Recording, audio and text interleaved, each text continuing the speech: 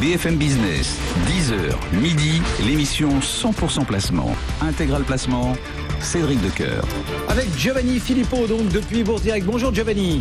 Un petit mot grâce à vous sur la tendance, sur le moment, sur la façon dont on peut se positionner. Comment voyez-vous évoluer ce marché? On a l'impression qu'on s'est vraiment appuyé autour des 5080 hier pour revenir au-dessus des 5100. C'est un scénario technique que vous partagez? Oui, le scénario que je privilégie dans ce marché qui est quand même assez sclérosé, mais qui reste tout de même soutenu par un contexte macro et microéconomique globalement encourageant, c'est plutôt un scénario, je dirais, sans réel changement, un peu comme celui qu'on a depuis plus de 3 mois, au sein d'un trading range déclinant.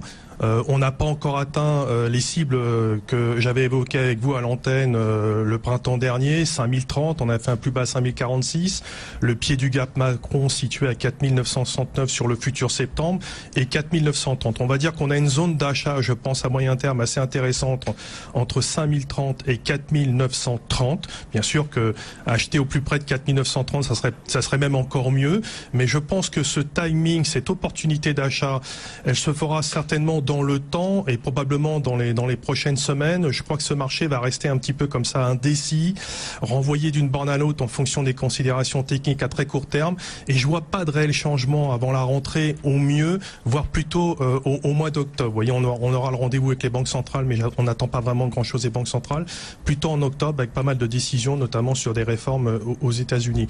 Voilà, donc pour l'instant on continue sans avoir de trop fortes convictions, on privilégie surtout la réalisation d'écarts.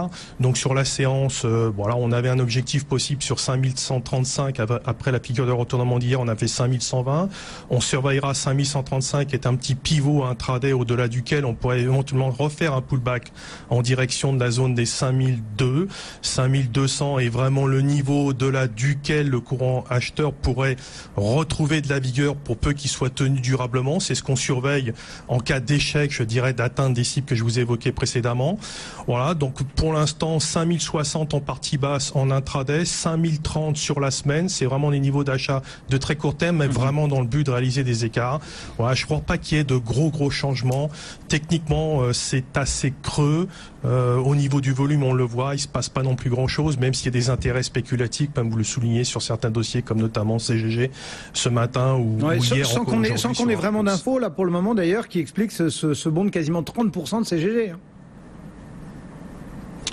Oui, alors CGG, c'est une valeur assez particulière. Je vous cache pas qu'elle fait plutôt un peu des valeurs blacklistées en ce qui me concerne. La dynamique baissière est importante depuis des trimestres et des trimestres.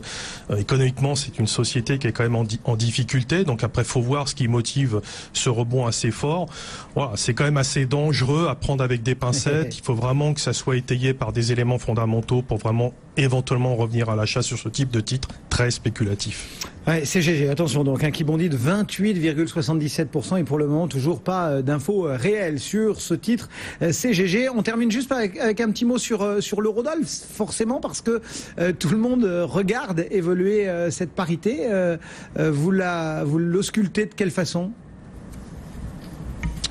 On l'ausculte depuis quelques mois, notamment depuis le mois d'avril. On avait donné cette indication haussière sur l'eurodoll, mais on avait fixé un objectif entre 1,18 et 1,20, mais plutôt en courant début 2018. On va dire qu'on a réalisé cet objectif 3-4 mois avant, ce qui paraît quand même assez délirant dans l'état actuel des choses, parce qu'on n'a quand même pas d'indications extrêmement précises et fortes qui viendront peut-être de la BCE, mais comme je vous le dis, j'attends pas grand-chose en septembre. Donc là, on va dire qu'on a atteint un objectif de début 2018. Je pense qu'on est plutôt rentré dans une phase de dérive horizontale. On reste tout de même acheteur, donc on reste au-dessus de la zone 1,16, 1,1640 au plus près. En retrait, on surveillera 1,15 si jamais il y a une petite pointe de faiblesse assez importante. Toujours une dynamique haussière à privilégier. On avait une cible de long terme à 1,1985 qu'on a quasiment réalisé, puisque je crois de mémoire on a fait 1,1910. Donc pas vraiment de fortes indications désormais sur l'eurodoll qui va, je pense, gentiment se caler en attendant, je dirais, le prochain discours de Mario Draghi.